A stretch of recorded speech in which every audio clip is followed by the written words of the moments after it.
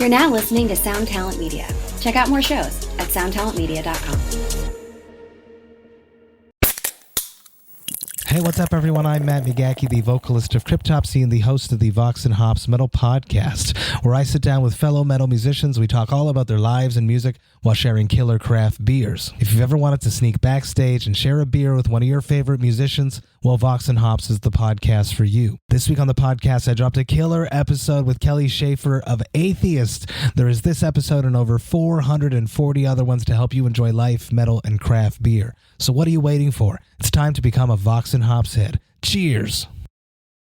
Hey, what's up, everybody? I hope everything's good in your neck of the woods. Intros have been a little long lately, so I'm going to try to keep this one condensed and short and sweet. But, first things first, I want to give a big shout out to my guy, Nick Veland, who runs Playback Engineering, who does the editing on this podcast. This has taken a huge, enormous load off my plate, which is a fairly full plate to begin with, and that really has helped an enormous amount. He's been doing this for quite some time now. I'm not even sure how many episodes he's done, but he's done a bunch of them. So if you have a podcast and you could use some editing work, I highly recommend hitting up Nick at Playback Engineering. You can find him on Instagram, and I'm telling you, he's a great guy, and he's also a member of the group, so you can find him in the Tone Mob Facebook group. But huge shout out to Nick, because he's the man, and he makes my life a little bit easier. Okay, next thing is there's a new way to support the show. If you like buying gear, and I know that you probably do, if you go to tonemob.com/sweetwater, that's right, you can see a bunch of gear that I have recommended, and you might want to pick some of that up.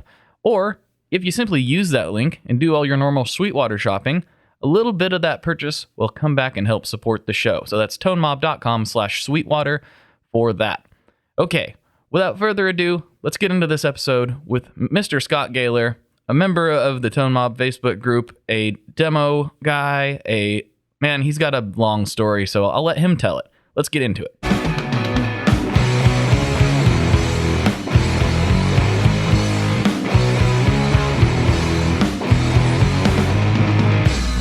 Hello, everyone. Welcome back to another episode of the Tone Mob Podcast, show about guitar tone and the people behind it.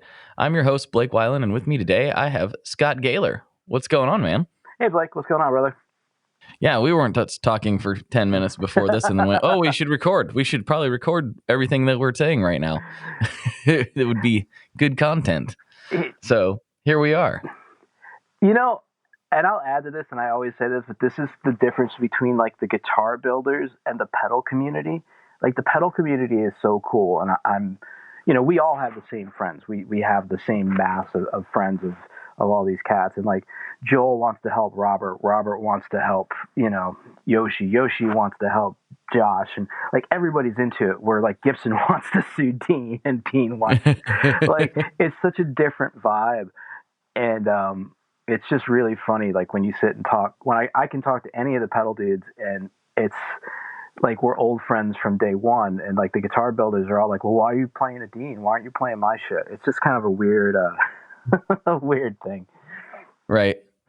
Yeah, and I mean, I think I'm coming to realize that, or I've fully realized at this point, that the pedal community in particular is just very unique in it as an industry. Like there is almost no other industry that is as like friendly as the pedal community. I don't know of one. There might be one, but I don't know of one. You know what? I'll give you my dime store analysis of that, and I'm going to name drop for a minute. So if you're at home, throw up some steel to it. But I was talking with Paul and Joel, and for those who don't know, that's the heart and soul of part of Chase Bliss and Disaster Area Designs and all that.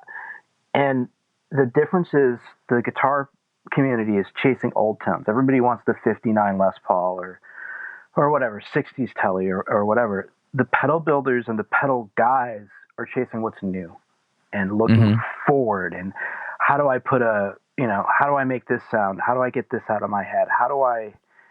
It's not elite. Well, some of it is elitist, I guess, but it's not nearly as bad as if you don't play guitar X and you're not good enough, where I could look at a pedal board and it could be all Joyo pedal or Behringer pedals, and if the dude sounds good, it's awesome. Do you know what I mean? It's just a different, It's a different vibe. Yeah, it's cool. I'm glad that that's like the angle that I pursued. Otherwise, I might have been like turned off from everything from the get-go. I'll be honest with you, man. Everybody's like, how come you haven't had a guitar endorsement the past 7 years? It's like, because I haven't had anybody I enjoyed hanging out with that I wanted to work with. Dean were the first guys that were actually fun. I mean, like we went out to a thing in Tampa for their, they call it DOA, Dean Owners Association, where if you own a Dean, you get to go to this party if you want to. And they put it on in a club, and it's like a big open jam for Dean owners. And they invited me, and they actually gave me my black telly that I just got, which is amazing. And it was just a big party of people hanging out, eating food, talking about gear. And it was fun. And like when I would go to NAMS and I would talk to other companies about doing this or that, it was very like, well, here's the contract looks like, and here's what you've got to do, and we need X amount of this and X amount of that. And Dean was like, cool, what 2 guitars do you want? You want these? All right, cool. It was just and it played great, and like these guys are my friends. It's just a different thing, man. And this industry is too small. I mean, come on, I have a picture of you on my phone as a cardboard cutout, for the love of God. You know what I mean? So, this is how small this industry is. And I think that we have this. Like, everybody rallied around and wanted to kill Joe Bonamassa because he talked shit about pedals, even though I think that quote got misinterpreted. But it's just a different thing, man, and I just love it. I mean, I'm sitting here on the floor in my studio because I gutted it yesterday and I'm rearranging it. To my left, and I'm not even exaggerating, you know those plastic bins you get at like Target or wherever that you put stuff in, like those big ones? Mm-hmm. I have 12 of those full of pedals. I went good. It's not just me. No, and I have more at where I rehearse, and I went through them last night, and I kind of felt stupid because I'm like looking through stuff like, oh my God, I can't believe I have this. And I was geeking out, getting excited like it was Christmas Day, and my wife's looking at me like, you've had that thing for 100 years or whatever. So I'm just a big child with this, man. I think these little magical boxes are amazing. Oh yeah. I'm the same way. Like, stuff will show up sometimes, and it's like this old, I mean, my son is to the point where it's like, I bring a box in and it doesn't matter if it has a pedal in it or not. He's like, did you get a new pedal? Like, he just knows that's probably what's in the box. And my wife doesn't. She's like, how do you still get excited about that? So I'm like, those are so fun. It's so cool. It's a new pedal. There's nothing more exciting than a new pedal day. What are you talking about? It's funny. Well, I'm lucky, man. My wife's an artist also. She's a belly dancer and also a regular dancer, tap, ballet, and all the. I don't even know all the styles, dude, to be honest. It'd be like me asking her what kind of arpeggio I played, I guess. So she gets, I'll give you a great story. We're Winter NAMM. I get a text, because Winter NAMM for me is crazy. I run a booth. I demo at 16 places. I usually gig at night. So her and I just keep contact via text because pretty much when I go back to the room, I'm done. I'm out. And I get a text, hey, you need to go to this cymbal place and get me Zills. She belly dancer, they use Zills. So here I am like a moron trying to find this little bitty Zill dealer in Cymbal Land. And you've been to Cymbal Land at NAMM. It's hell. Yeah. It's pure hell, especially for a guitar player because your high end is already shot. Then you add that extra high end and it's just going nuts. And so I show up to this poor dude and I just hand him my phone with her text. He hands me the things. I give him money and I leave. It was one of the best transactions ever. And I could just tell from his look like he understood that I had no idea what I was doing or why I wanted Zills. And he's like, this guy does not look like a belly dancer. No. And he showed me 2 and like, the volume, you can't talk. It's 140 dB. And I type on my phone, which one's better? He points. I'm like, fine, give me that one. And I was out. It was just one of those. And on a funnier note, I ended up being late to another demo. But then when I told the dude, I was like, look, I was getting stuff for my wife, dude. It was like totally cool. And it's just fun shit like that makes this job still cool. You know what I mean? Right. Totally. Well, let's get into, we've known each other off and on, through the years, through the internet primarily, and the groups and whatever. But I don't actually know what your story is and how you got to the point that you're at in your career. So maybe start from when you picked up a guitar and go from there. Okay, so I'll give you there's two apexes, I guess, in my career, for lack of a better term. I started playing at 10 years old, but before that, I was a piano player, violin player, and a trumpet player. My mom had this thing, big family, 7 kids. We all had to play an instrument. It wasn't optional. And we also had to play a sport. Like, these weren't things that you had a choice in. Mom was just very bent on those things. And so we all did. Everybody played a sport and everybody played an instrument. My brother ended up really excelling in sports, got drafted by the Yankees, all that good stuff. I was a good hockey player, good enough to get college stuff, but I'm 5'9" and change. On my best day, I'm 200 pounds. I'm not playing pro hockey. It's not, no matter how many people tried to tell me I was going to. So music was always my thing. And at 10, I finally talked her into letting me get my own guitar. And that was it. I was off to the races. I wouldn't put that thing down. And quick pivotal moment, right around 11, I heard Eruption because my brother's best friend was driving me to BMX practice, of all things. So if anybody even knows what BMX is anymore, not X Game BMX, like shit you raced on a track. It was actual races. And he played me Eruption, and that was it. It was game over. And 16, I landed a gig in a band called Union Jack on pure luck. I was at a local show in Florida because we moved to Florida briefly, or my mom moved to Florida and I moved with my mom. And I was running, I don't know what you'd call it. I was helping out on the stage with a local crew stuff. And the guitar player's rig broke, and it was the band Napalm Death. And oh, okay. Okay, right? How weird is this? And I'm a 16-year-old. You got to understand, not only am I 16, but I'm a 16-year-old poser. I'm a glam metal kid. I've got big hair, black nails. I'm tough as balls from playing sports, so I'm not going to take any shit. But I look like a girl. I mean, let's be honest. But I fit in with both scenes because the guys knew I loved music. They knew I wasn't. You know what I mean? Like, it didn't. At that point, it didn't matter yet. It mattered later on, but there it didn't matter. And so I fixed the rig, and they said, "Oh man, we'll offer you a gig." Oh, I did it wrong. It's not Napalm Death. It's Nuclear Assault, because it was when Phil Leiker was still in the band, the big tall dude that was in Anthrax for like 10 minutes. Right. So they offered me a job, and I was like, "Mom, I'm going to go with this band on the road and be a tech." And she's like, "What?" And I had enough credits to already graduate. And she's like, "All right, cool, if that's what you want to do, but be safe." I called my friends in New York, and they're like, "Oh, well, we're doing this thing, and we've got a manager, and you should just come play with us instead." And I was like, "What?" So I just, 16, just turning 17, packed up a Mustang of all things and drove across to New York and joined Union Jack. And then we became a really large regional act on the East Coast and just toured the East Coast playing original music. We had good management, and if there was a big national band, we played with them, especially in the height of that.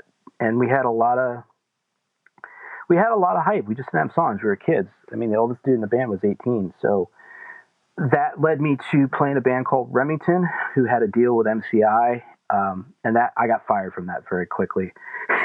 Yeah, I got fired from that along with their manager. The MCI deal, we went up to Audio West, this big studio in Connecticut. And it was interesting because the first time I've ever been in that. I mean, I've been in tons of studios at that point, but that was like Whitney Houston recorded there, Fates Warning, Dream Theater, a bunch of big pop artists. It was kind of like Arista's home studio in the East. And I've never seen anything like this. I mean, the drum room was bigger than any house I'd ever been in. And I was brought in to replace the guy's name, who was Remington in the band. And wow. Yeah, kind of weird, right? And so I rearranged and reworked a bunch of the guitar parts. I argued with the producer the whole time because this is going to sound like a brag, but I've had a great guitar sound since I was young, because I still actually have the same guitar head I've been using since I was 16. And he kept trying to squash it and make it a very MTV friendly sound, and I was arguing. That's part of the reason I think I got fired, because I was just a pain in the ass. I wouldn't let them compromise the tone. And we did the 5 songs, and the people that were supposed to get the 5 songs hated it. And so the band fired myself and the manager and one other dude. But it was worked out good, because then I didn't owe any money on the recording. And right, because the way the deals were structured aren't really that favorable. I think maybe some of that's changing, but I'm sure that was back in the day where people just got hosed left and right. They bought us, or somebody bought us. I don't know who. I mean, this is going to sound terrible. So anybody who's listening to the Tone Mob podcast, I'm not ashamed of my glam past. I have my photos up on my page. So if you want to go make fun of it, please knock yourself out. I'm good with it. You know what I mean? Like, I can't, I've come to the fact that you can't hide it and run from it, so it's there. But they bought us snakeskin and leather outfits. I can't make this up. So we all had these different things, and so they paid for that. I had 3 full Randall stacks that they bought us that were, by the way, it sounded like garbage. Behind, like, if you saw any of our live gigs, behind there was my Boogie half stack, but that was in front, all lit up and looked like it was plugged in. It was god awful. And I gave all that back. I got to keep a couple things. I got to keep my outfits, and I got a little bit of money, and I took that money and did a 4-song demo, which is the demo that's on the Irish Exit CD. The thing I sent you yesterday, I was like, I don't know, 17 or 18, 19, somewhere around there when I made that. So I recorded that and tried to get gigs. And okay, so here comes another name drop. I apologize for anybody. I was at John Sykes' listening party. John, of course, was in Whitesnake, had left Whitesnake, and just was putting out his first solo album. And some friends of mine who were helping me out, that were in the magazine business, they owned a magazine called Powerline, got me into the party. And it was amazing, because it was all like MTV people and John Sykes and Ray Gillen and like all these cool people. Poor Ray too, man. I bugged Ray all night. I was like, you got to get Jakey to come here. You got to get Jakey to come here. All this dude wanted to do was drink and hit on chicks. And here's this fucking rail thin glam kid just tugging at his coattails, like, call Jakey for me, man. Come on. Like, it was just terrible. But I ended up striking up a pretty good friendship with Sykes. We put away 2 bottles of cognac. It was terrible. I've never been so hungover in my life. But he put me in contact with some other guys, and I ended up landing the gig. And Scrooge rolled into Kid Havoc, and then Kid Havoc put out a same thing. We became a huge regional act. Again, when regional acts were still a thing, now that's not right. They're not really a thing anymore. Like, right. Not really. No, I mean, Kid Havoc could go somewhere and put 1,800 people into a club. Now nobody can do that. That's not how it works. But you did it because we grinded. We played 6 nights a week. We traveled in a van. Actually, for a little while, we traveled in a station wagon, and you just grinded it out. And you'd play Tampa to 10 people. Next time you played it to 50 people. Next time you played it to 200 people. And then somebody would call you up to say, hey, we got a national coming in. They're not drawing tickets. You want to take the slot? Yeah, and you just build it. Those days are gone, man. And I feel bad for the kids who don't get to do that, because that's how you get to become great at your instrument. Because nothing is more challenging than playing to bar staff and a couple of stragglers who are regulars who don't that you're there. and right. That builds character. And this is a great Kid Havoc story. I never get the name of the town right, so I'm not even going to try to bother. So we were coming back from Atlanta, and that particular Atlanta trip was a trip we made a lot, but it was terrible. That run of gigs didn't go well. We weren't getting along. Typical band BS stuff, Mm-hmm. And we stopped to play at this one place, and it's like a duplex bar. Half the bar is a rock club, half the bar is a country club. I'm not even kidding. Like, it's not like straight out of a movie. Right. And our name, of course, Spinal Tap moment. Our name's wrong on the marquee, and it's not even like a marquee. It's like that Burger King, they stick up the letters on the sign thing. Yeah, totally. Letter. It's not even. And granted, we spelled our name incorrectly, but it wasn't like it wasn't on every piece of paper and contract we signed. So everything's spelled wrong, whatever, no big deal. We get in, the guy's like, whatever you guys do, do not go in the country club. They don't like guys like, you're going to get your butt kicked. And I was like, okay, I like to fight, but I also like to get paid, so we're good. Mm-hmm. We literally do sound check. We come back. We got a hotel across the street. We come back. There's nobody in the club. There's two people that are just like regular hang around people, and then there's the wait staff. And the wait staff, by the way, is in bikinis, which I have no idea why. Because of the era, I'm sure. Right. Yeah, but I mean, I can't even, there's nobody there. And so we're looking at each other, and we prided ourselves on always putting out a full show no matter what. So we do the whole Monty. But we decided that night to go without wireless. This is to save the money on 9 volts because we figured we weren't going to get paid or get paid very little. Mm-hmm. So we were being thrifty. Singer trips over my guitar cable, falls onto the floor was lit up, so it lit it up like disco squares. So when you step on a square, it would light up. Okay, wow, this place sounds wild. It was just crazy. So that we get done, we get paid.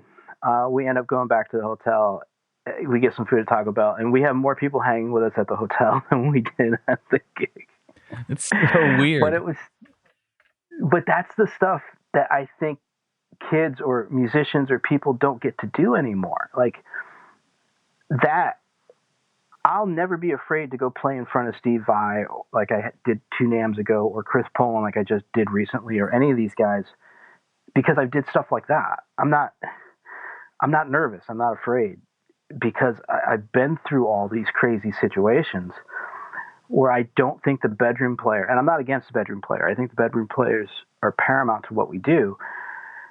But when they go out and the first time they go to play at something, man, that's going to be a whole different world where you don't get to stop the tape and start over or edit your take, or, there's nothing that's going to save you on any of that. You've just got to have those experiences. Well, yeah, I mean, I am a glorified bedroom player at best. And like, I do not want to play in front of anyone. Like, even setting up a live stream, I'm like, oh boy, here we go. And that is no big deal really, but I get all sweaty. If I don't know what I'm doing. It's like, it's those experiences. It's exercising that muscle, because it's a totally different thing. No, man. And I think I mean, let's face it, I'm old in this industry, and I think the big reason I still work is because I just show up and I get the job done. And I credit all of that to all these. I mean, I have so many gig stories. You don't have enough. We don't have enough time to talk about them. But I mean, that's the stuff that really builds character. And when I talk to the younger bands, like a friend of mine, son is in a band. They moved to Philadelphia, and they're really trying hard. And he'll call me up, he'll ask me stuff, and I'm like, man, you got to do it. You just have to. You know what? The van's going to break down. The gig's going to suck. There's going to be times that you do not get paid, but this separates the group of people that want to do this and the people who don't want to do this. Mm-hmm. And I mean, seriously, out of all the guys I played with, there's like 3 of us still left trying to slug it out. I mean, I'm lucky enough that I pay the bills with it, but it's a tough thing to do. Well, I mean, I can vouch for that, like the wanting to do it versus not, because I remember when I was like 15 and thinking, man, being in a touring band would be the coolest thing in the world. I can't believe it, how awesome that would be. And as I got just a little bit older, maybe even like a year older, just reading magazines and hearing crazy stories, I was like, oh no, that's not the life for this guy at all. Like, never mind, I'm going to go do something else and just do this music thing on the side. Like, I just knew right then. I was like, I don't actually want to do that. You know what I mean? It's a weird moment of self-realization, I guess. For how much I love music, I do love it, but I guess I don't love it enough to like be in the slogs like you were.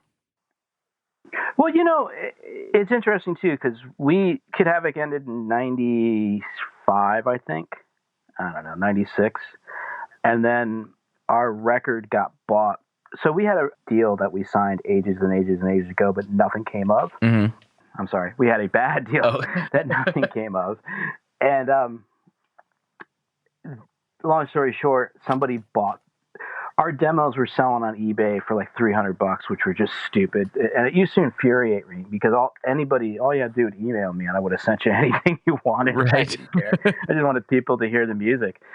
But they were selling pretty crazy. And we only did the cassette demo we sold like 17,000 copies altogether, which out of the trunk of your car at gigs is pretty cool. But, it's still a cassette demo.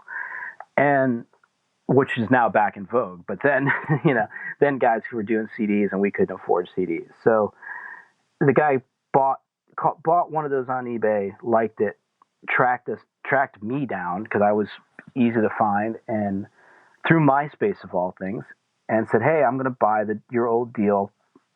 Let's do something." So we remastered it. We put out the record called Roll the Dice, which is 2 different demo recordings of 5 songs and a live guitar solo from 2-track from the board. And we cobbled it together and it sounded good. I had to do a lot of dancing to get different rights because there's 3 different bass players on there, two different bass players and me, 2 different drummers, a different engineer. Like I had to make sure I had everybody's permission. So we got that settled. And then we did a bunch of shows with Poison, Rat, Veins of Jenna, and then Cinderella, then Dokken, then Extreme, then King's X, and I'm missing somebody. We just went out with any of the old 80s hair bands we went out with at one point. And it was great, but that's where the realization came with my guys that I used to play with don't want to do this anymore. Not on that level. Because those are great sounding gigs, and they are, because you're playing to a ton of people. They're your childhood dream, but you're not making any money. Right. And the Poison tour, we're headlining the side stage, so we're playing outside on the side stage at 5 p.m., which we did the what we call the Florida run, or what they call the tip of the penis run because of the shape of the state. And I mean, you're playing in dead heat, 110 degrees, no atmosphere, no lighting, because you're in broad daylight, you're naked. It's a half hour to 40-minute set, and you think about it, you're playing in a place that usually holds 40,000 people, and you're probably playing to 3,000 or 4,000, which is still incredibly cool. But when you look at it in terms of the mass of the whole behind it, right? You know what I mean? They are not there for you. Like it's pretty clear, that they're there to see the headliner, and it's still, it's a blast. And one of the coolest things was playing with Extreme and getting to play through Nuno's rig and talk gear. And here's a dude at the time playing through a GT8, by the way. Oh, yeah? So for all you tone purists. So he had a GT8, a Boss OC2, and a Boss tuner. That was it. And he was running 4-cable method before it was being cool and called 4-cable method. And it was going into a prototype Bruce Egnater Randall head. And I got to play it a bunch because we would swap guitars. And he's a really good dude, by the way. And it sounded amazing, and all his dirt was coming from the GT8. So there you go. Interesting. And by the way, we tried. I do a lot of stuff with Boss. We tried to give Nuno a GT1000. He likes a GT8. Well, hey, he won't change it. It seems to work for him, all right. Oh yeah, he did change out. We got him into the OC3 versus the OC2 because it's polyphonic, and the 2 isn't polyphonic. But he is he does not switch gears, man. It's pretty funny. It's just wild to hear about like a lot of this stuff too, because it kind of confirms some suspicions of mine, or not really suspicions, but like I guess this realizations is because I've gotten fortunate to get to go, backstage with some decently successful bands that I never thought I would get to do. By the way, like to get to go backstage and like interview these people and hang out with them, and the scene and the vibe is very much changed. Like it's very mellow and everyone's just kind of chilling. Like I'm sure there are still some bands that really tie one on and go hard, but I don't think that is as common as what it used to be at all. Oh no! Like I said, I think it was 2007 is when we went back out with all those bands, and no, that whole thing is done. That's over, and I mean long over. It's like backstage is a buffet of some sort, and a few people chilling. The paid meet and greet, like when we did the Cinderella thing. All right, I'll spill a little tea. Why not? Cinderella did not get along with each other. They hated each other. Okay. They did not like each other. Let's just be clear. There was the three guys in the band and Tom, and they just didn't get along. Mm-hmm. And, you know, every band needs an alpha. Every band needs a leader, and Tom's the leader. They didn't like him.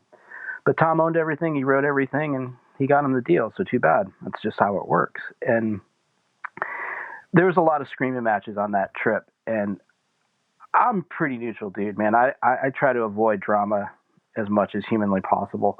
It's just not my DNA. And one paid meet and greet. We got a late sound check, so I'm sound checking in the middle of the meet and greet.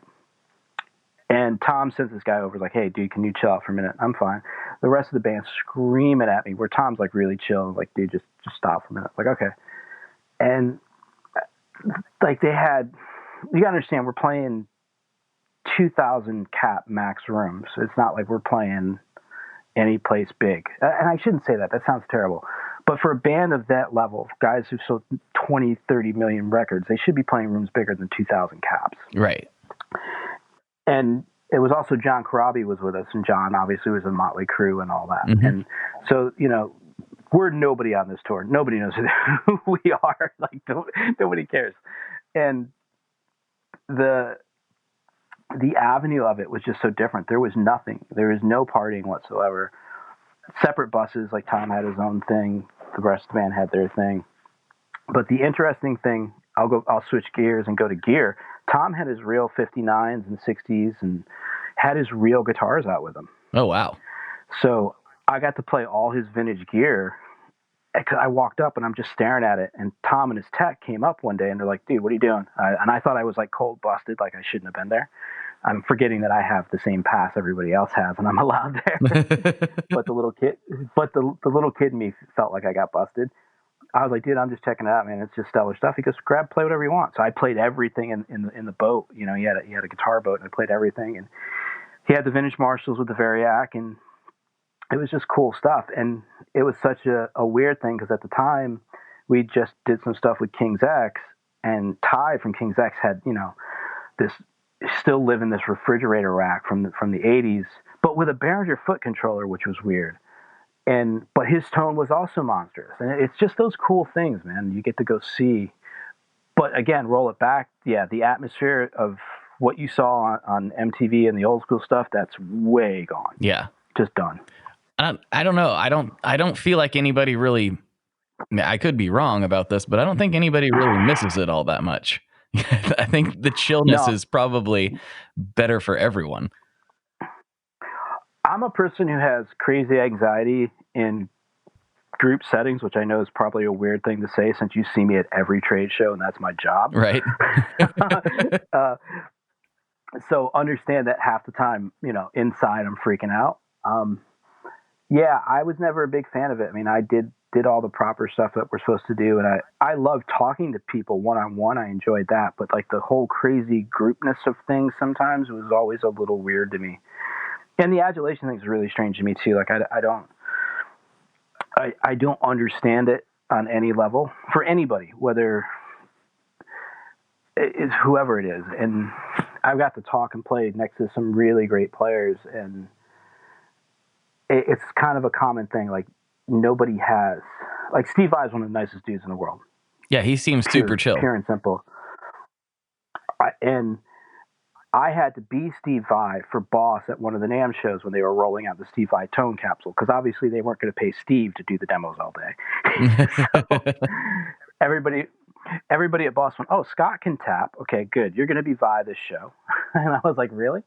So I had to learn a couple Vai things, and Vai showed up to one of the pre-dawn, like we would do this is when Boss was doing the multiple stage demo where we'd all play a song together. Mm-hmm. And he showed up and I was like, "Oh." And so he swung by and looked at what the board I was, because I kind of had a mock-up of a small board of his going into the Wazacraft head with his tone capsule. And he listened to a few quick sounds and was super cool. I gave him a CD, he took a picture with me, and was just super nice. Like, "Yeah, dude, it sounds great, cool." And, you know, one of the few times where I was like, "Oh, I need to be on point." You know what I mean? Like, right.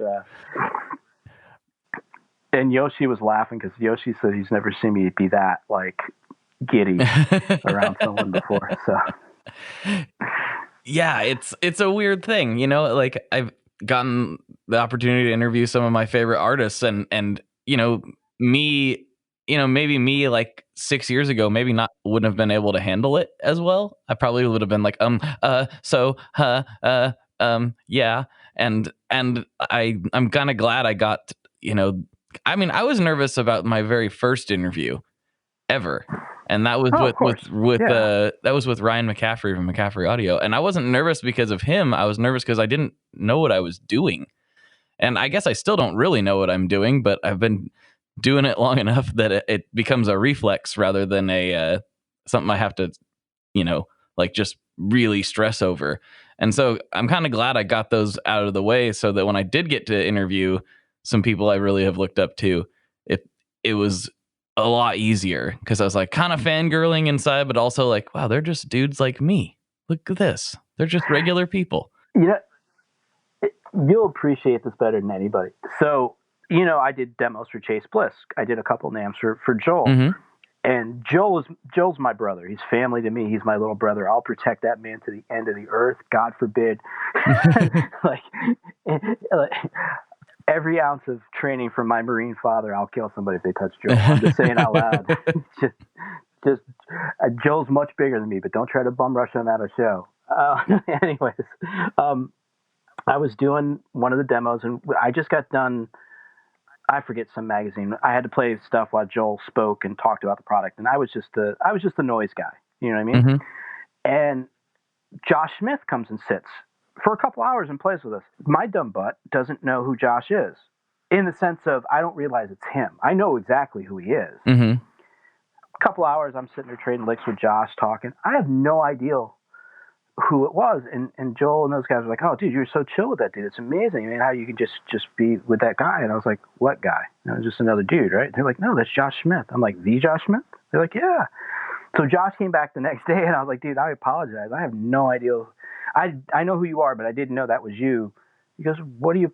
It doesn't make any difference." And we continued to play and jam, and so I had a telly, he had a telly. We were swapping guitars, and same story goes with Mark Lettieri. You're going to love this one. I felt like such a moron. So this is the Waza, when Boss had that big, crazy Waza stage, and Tomo would come up every day and play. And Tomo we set up a rig for Tomo right next to my rig. So when Tomo would play, we'd slide my rig out and slide his rig in. And towards the end of it, Tomo's like, just leave your board up. I'll put mine next to your board. They're very different. It's not like I'm going to confuse the two. I'm like, all right, cool. Tomo, another dude, sweetheart. So this guy comes up and says, hey, Tomo wants to bring up this other guy. Can we use your rig? I was like, yeah. I walked this guy up. Now, again, I'm not realizing it's Mark Lettieri yet. Mark's in a hoodie and real low-key. And he had just got that Grolsch guitar prior to the guitars I was used to seeing him play. So I walk him through my rig. I dial in a tone for him. And he comes back like 2 or 3 times during the week and plays. And we chat, you know, talk about different stuff. I'm like, dude, I dig what you're doing. I never bother asking if he's in a band or anything. A couple weeks later, I'm on the internet looking at stuff. I was like, wow, I know that dude. I was like, oh my God, that's a dude in Snarky Puppy. Just like, oh my, how could I be so stupid? So then I texted him. I was like, dude, I'm sorry. I had no idea that was you. He goes, no, you know. So I'm kind of oblivious to, I'm just such a nerd when it comes to guitar playing and stuff. And if somebody's cool and we're sitting and we're playing and chilling, it could be anybody. I kind of absorb all of it, and I'm still a perpetual student. So it's like, hey, how did you do that with your right hand? Hey, what's that lick? Like poor Josh Smith got worn out before I knew he was. The second day I didn't bother him, but the first day I was like, yo, what's that lick? Yo, what's that lick? Hey, wait, well, what if I invert the third here? And again, something I wouldn't do, I guess, knowing it was him, but before I knew it was him, I just wore him out. So kind of funny, weird stuff. You know what I mean? It's just, that's what makes this stuff fun, I guess. Yeah, and here I am, just the guy that's like, I hit guitar, it makes sound. Like that's about as advanced as I get. It's just, I mean, it's like, you know, man, all my demos are just like me going womp womp womp womp, wheelie wheelie womp womp womp. Like I'm like, I don't know what I'm doing. Do I even belong here? What's going on right now? I wish you could have seen like I didn't get a chance to send you the hair metal stuff yesterday. I sent you the instrumental stuff, but I didn't get a chance to send you the hair metal. And the hair metal's the Kid Havoc stuff is Skid Rowish, Warrant, heavier Aerosmith. It's got a groove to it, but it's not poisoned. You know what I mean? It's not that stuff. But when I put out an instrumental record, and all my people who knew me from Scott Marks and from playing in Kid Havoc were like, "What is this? What are you doing?"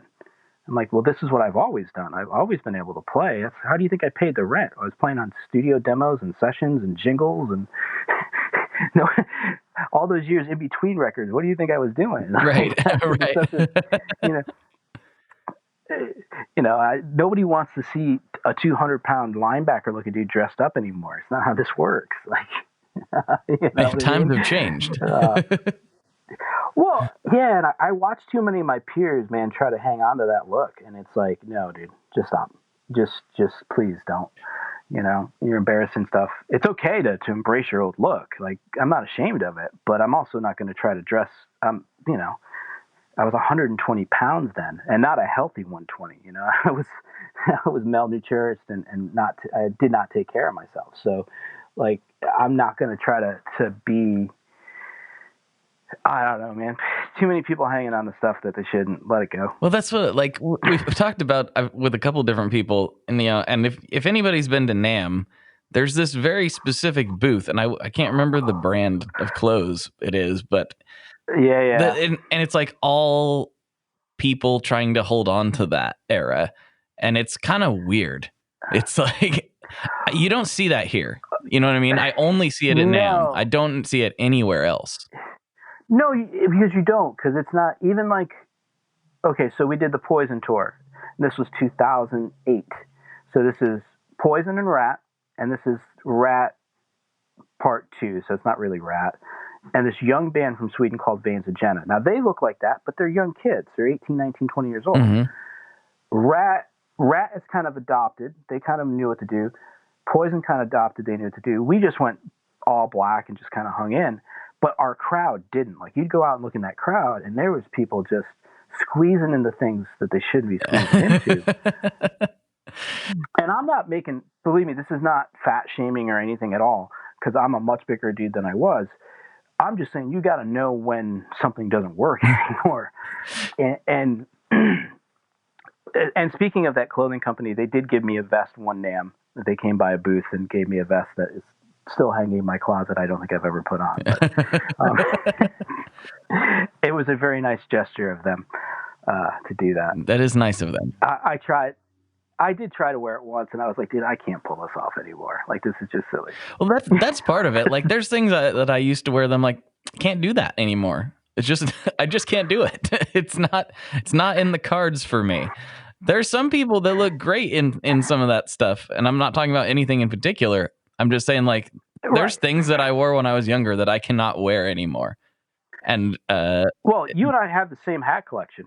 Oh yeah, we do. We have a mutual love for the Greer hat. Well, and then we have I've seen 90% of your baseball hats I have. I'm assuming you have a big head as well. It's a medium-sized head. It's not the biggest. Oh. Yeah. It's mine's a bowling ball. I just have the shape of my head looks better with a taller hat, I feel like, for whatever reason. Yeah. No, man, my hat's a size 8. I have a big dome. There's nothing I can do about it. And you add the fact that I have 9 feet of hair, it does not help whatsoever. Like, I would love to pull the beanie look off, but with a beanie, I just look like an overstretched condom. It doesn't work. It's terrible. It's really bad. It's my wife. Anytime I attempt to pull a beanie, my wife just says no. It's just not. You're not going out of the house like that. Just stop. That is a good thing that we have our wives to help us, because I would be a lost cause.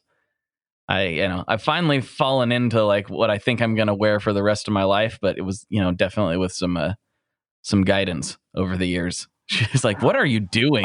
What are you doing?" I'm like, oh, you're right. I'm not 19.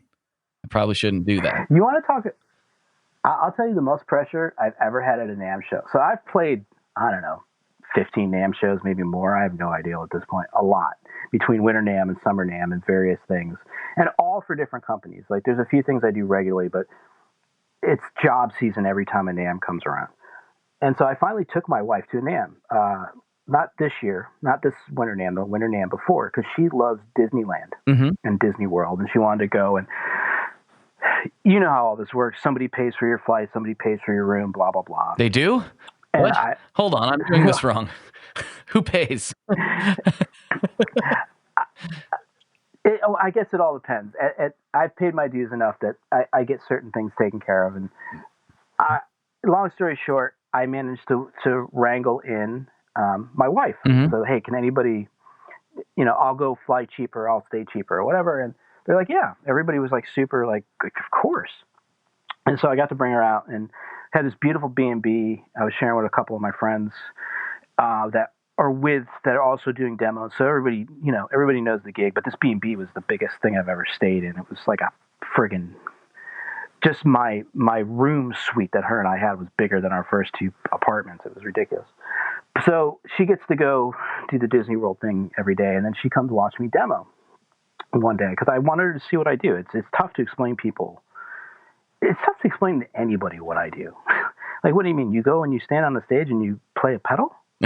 Well, yeah. And people clap. I'm like, yeah, most of the time. Yeah, if I do a good job. Do you talk? Sure enough. Yeah, I'm like, actually, no. Most of the time I don't talk. They actually have somebody who does the talking for me. And they're like, wait, that's a job? I'm like, yeah, kind of. So she got to see it. And at that particular one, Vernon Reid showed up. And I'm actually friends with Vernon.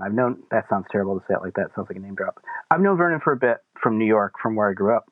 And Vernon's a great dude. He's also a boss guy, hardcore boss guy. And so, like, she doesn't see that stuff. And I'm not sitting at home like, hey, I talked to Vernon Reid today, or hey, I talked to Jeff Loomis today. It's just like weird randomness. And I don't know, man, it's the best gig in the world, but you want to talk about humbling, because let's face it, when you get off a NAMM stage, everybody's going to tell you did great. Whether you did good, bad, or otherwise, no one's going to tell you did bad. Right. It's just not the nature of that. Right, okay? Right. Your wife, on the other hand, is not going to be that person.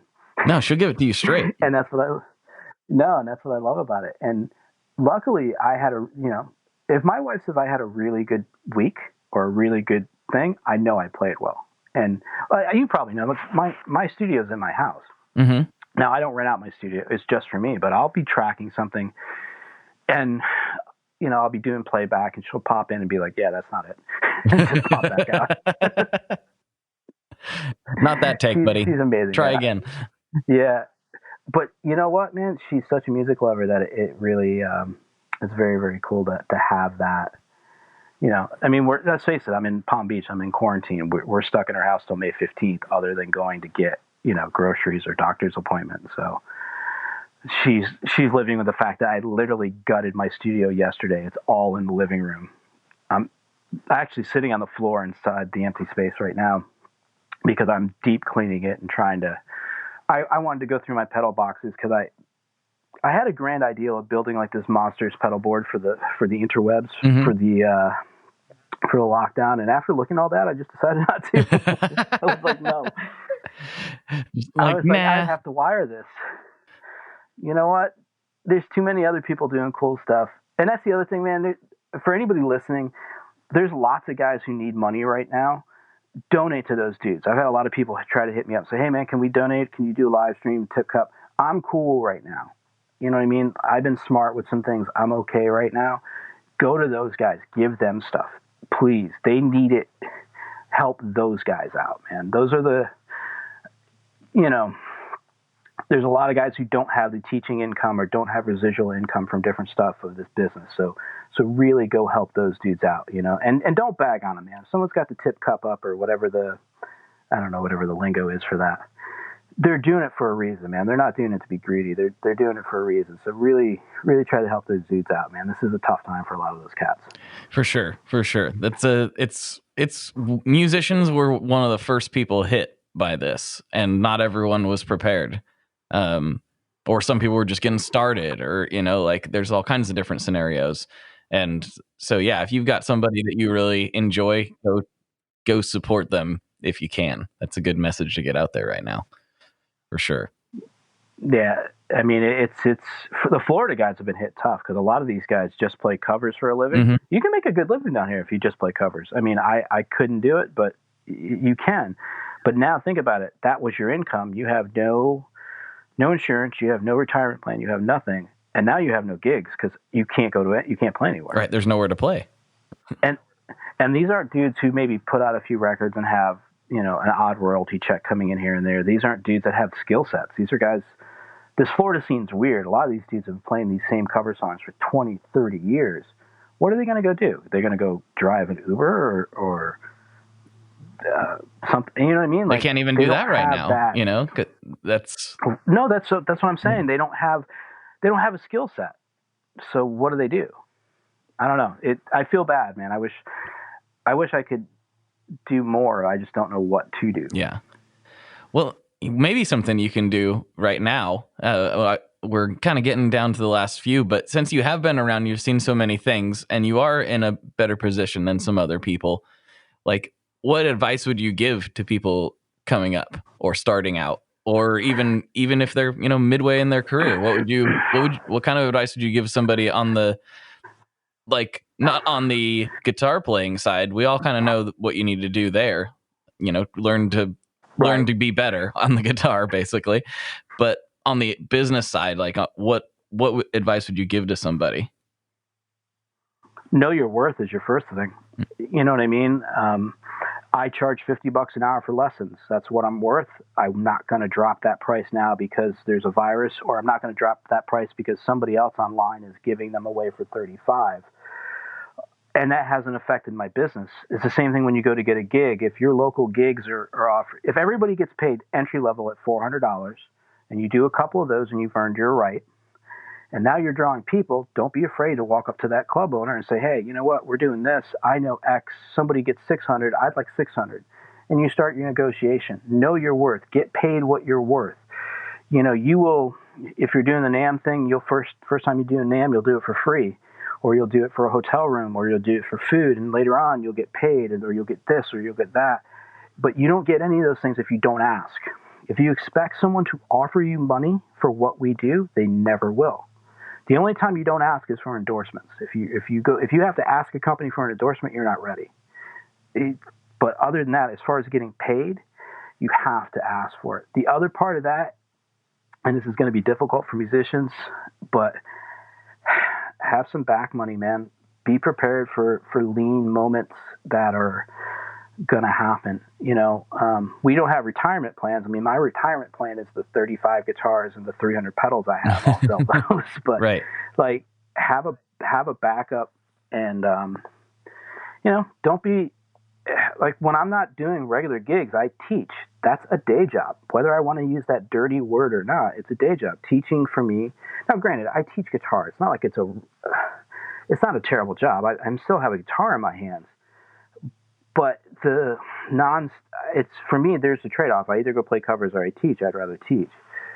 But now teaching was the smart move because I'm teaching from Skype. Tomorrow I've got a full book. I've got 12 lessons. That 12 lessons is the equivalent of 1 week of pay. Mm-hmm. And that's one day. It's 12 hours of work in one day.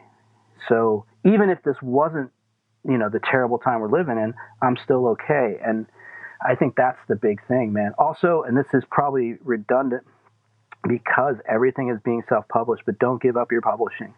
Don't. The only reason I'm still getting residual checks from Kid Havoc stuff is I own the publishing.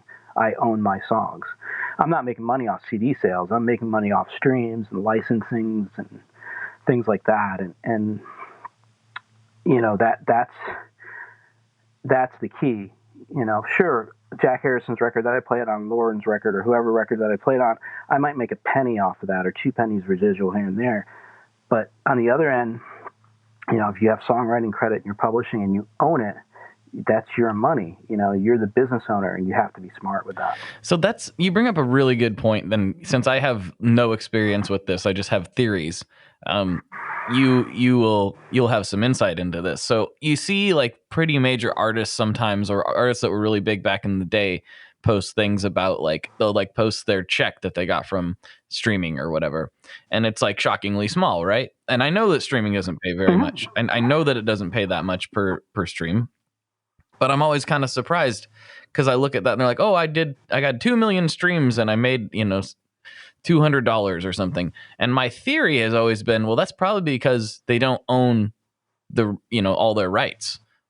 Is that right? Am I correct in that theory? It's a combination of things. I mean, I just got what's called a YouTube streaming check, which is based through BMI, and that was $2.18, I think. Right. It was under $3. But that was for anybody else who streams something of mine. Does that make sense? Yeah. So, and I don't remember the number. It was a fairly low number to stream, but again, it's all those little things. I'll get a distro kid check. I'll get a BMI check. I'll get the YouTube thing. They're all little things. And so, yeah, if I sell a full CD on, I don't know, pick a website, and someone buys the full CD and the payout is $6, because I own the publishing, I'll get that full $6. Right. Where if I didn't own the publishing, I might only get $2 or depending on whatever the rate is. And then you have your mechanicals, and the mechanicals are whoever played on it. So depending on the Kid Havoc CD, Rob, the drummer, might get a mechanical, John, our singer, might get a mechanical, whoever will get a mechanical. But the mechanical part, you have to set up and kind of chase down a little bit. What happens is guys don't realize, they think the mechanicals are automatic. They're not. You have to have either VMI or ASCAP, and you have to have your stuff set up so that it's kind of like a UPC scanner. Like when you're at the grocery store, they scan a thing and it says sausage, and the next one is cereal. That's how it works. BMI doesn't know my scan number from anybody else's scan number, and they don't care. You know what I mean? They're a glorified bank in certain instances. So, although BMI has been fantastic to me, I might add, when we had somebody put out some stuff on us illegally, and they stepped right in and shut some things down. So hats off to BMI. But yeah, I mean, it's just not a check that I would get in 2006. I could live on for a month to 2 months. A check I get in 2020 or 2020. It isn't 2020. It's 2020. Yeah, whatever. Yeah. It's a check that I get in 2020. I might be able to buy a bag of groceries and some gas or something else, and I don't rely on that. You can't rely on that. I'm proud in the sense of when I look over to my wall, all those plaques on my wall, and I say plaques, they're CDs that I played on. I have no platinum or gold plaques. I don't mean it that way. But those are things that will live past me and have put a little bit of money in my pocket, and just kind of a cool thing for all those idiots who said I was stupid not to go chase hockey or go do something else. It's just a nice thing to. And, well, the other thing, okay, this is going to be a little off subject because I know you're asking about this stuff, but the fact that I've met so many cool people in the past 10 years, yourself, Joel, John, whoever, you can go down the list, and got to meet, you got to understand, Robert Keeley was a god to me with pedals. So to not only meet him, but become a friend with him and be on his artist page and have him make me custom things is better than anything you can imagine. And that to me is more important than a couple of extra dollars on a stream or, a big check. I know that sounds dumb and kind of naive, but, or the fact of I'll give you a quick version. I met Joel after watching his videos 100 times in Nashville. And surprisingly enough, he had watched some of my videos. So we had a mutual weird, bro kind of thing. And, now the dude's one of my best friends. It's like all these, it's just this music in general. I don't care what you listen to. I don't care what pedals you play. It just brings everything together. And so I guess the biggest thing I would tell you, if you're getting in this now, in this point, especially now with the virus, to make money, stop it. Right. You're not going to. I'm already planning, because I don't know for sure, but I don't think there's going to be summer NAMM. I don't even think this winter NAMM's going to happen. The Dallas show's already been canceled. I mean, Summer NAMM, I guess, I've said this before, it's probably almost certainly not happening, even though they've not really made a statement. But either way, I'm not going to be there. Like, I don't feel like that's a good move, you know? Well, I'm in a weird spot because a third of my money for the year comes from playing trade shows. Right. Exactly. You know, and that's a big hit. Totally. You know, but at the same time, I can't expect my guys to be like, hey, here's your normal fee. Let's go do this thing because, you know, Guitar Center just furloughed 9,000 employees. Sam Ash closed all their stores right now. Sweetwater is closed except for shipping. What I cater to isn't open. Mm-hmm. I can't expect people, you know, I mean, I know everybody's joking online. Oh, I can't wait to get my $1,200 check. I'm buying a guitar. No, you're not. You better be buying baby diapers and food, fool. Yeah. Seriously. You know, I love you all and I appreciate the gusto, but you better be smart. You know, I tell you what I am going to buy. I'm going to buy an AWOL Nano to go with my virus, but that's the only stupid purchase I'm going to make. Hey, those are cool. I got one of those. Yeah. I have the virus. I need the Nano. I think that's going to be my only like splurge out of that check. The Nano's a great little boost. It really is. Well, man, we've went for about an hour, and we haven't even gotten into the classic questions yet. So I should probably do that. But before we do that, this is kind of your chance to put up a billboard, tell everybody whatever you want to tell them, whether you got something you want to get off your chest or just where they can find you. Say whatever you want to say. I got two websites. One is my name, scottgailor.com, which is all you want to look at old pictures, new pictures, see if I'm coming to your town kind of thing, past clinics, video links and all, and free lesson stuff. And then there's tonejunkiechronicles.com, which is my YouTube page. And I've been slacking on YouTube. My YouTube got hacked and I lost half my subscribers during the hack. Oh, no. So I didn't really broadcast that because I didn't want to do the woe is me thing. But so in that process, I had to demonetize the page, and it's been a kind of a struggle to battle it back up. So I've been slow to get back on there because I've been doing more stuff on IG. So if you just look at my name on IG, I do way more stuff on there. But those are the easy spots to find me. All right, cool. All right, this is going to be an interesting one for you because you're so closely associated with Boss. But what is your favorite Boss pedal? Oh, my favorite Boss pedal? Easy. I'm going to go with the first pedal I ever bought in my life, a CE2.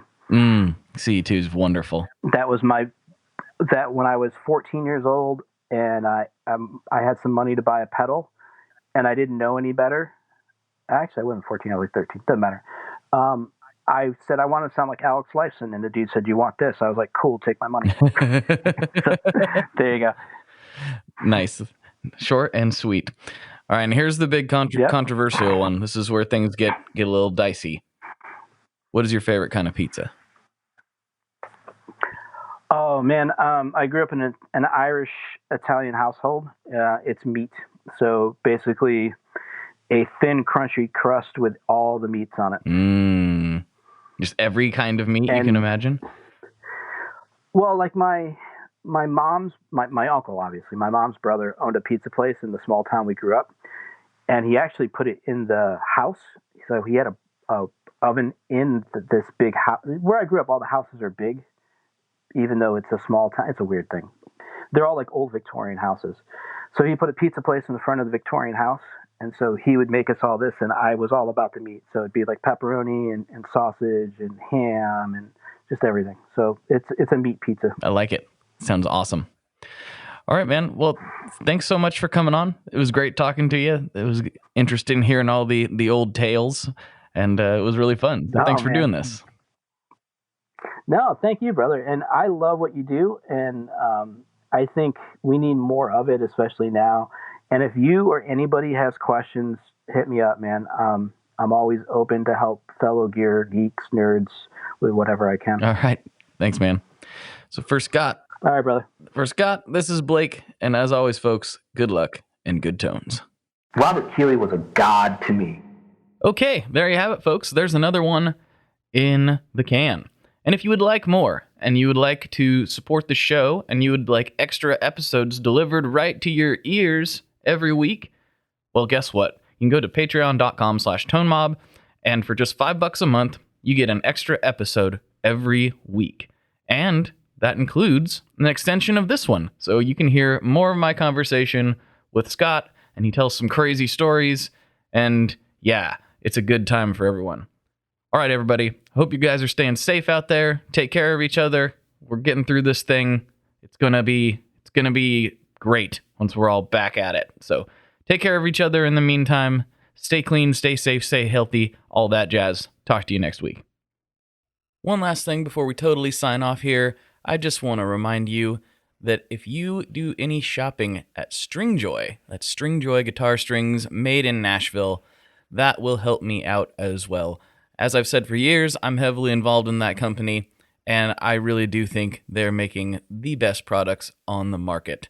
So if you would like to try custom strings, go to tonemob.com/stringjoy and check them out today. I seriously love what the team down there is doing. I help them out with all kinds of things, and by you supporting them, you are also supporting me as well. And hey, you need some strings, so why not get some custom strings just for your guitar and playing style?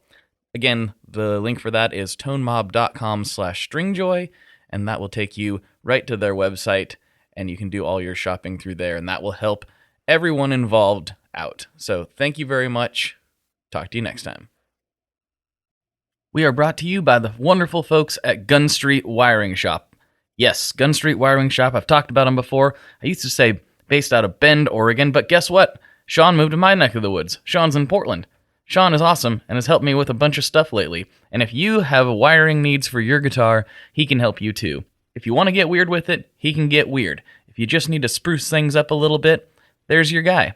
He takes all the guesswork out of doing your guitar wiring, and he makes it simple, and his customer service is top-notch, and I can't say enough good things about Gun Street as a company. I really respect Sean and what he's all about, and the product is top-notch. I've got 3 different guitars that now have Gun Street harnesses in them, and I could not be happier. So go to gunstreetwiringshop.com and check them out.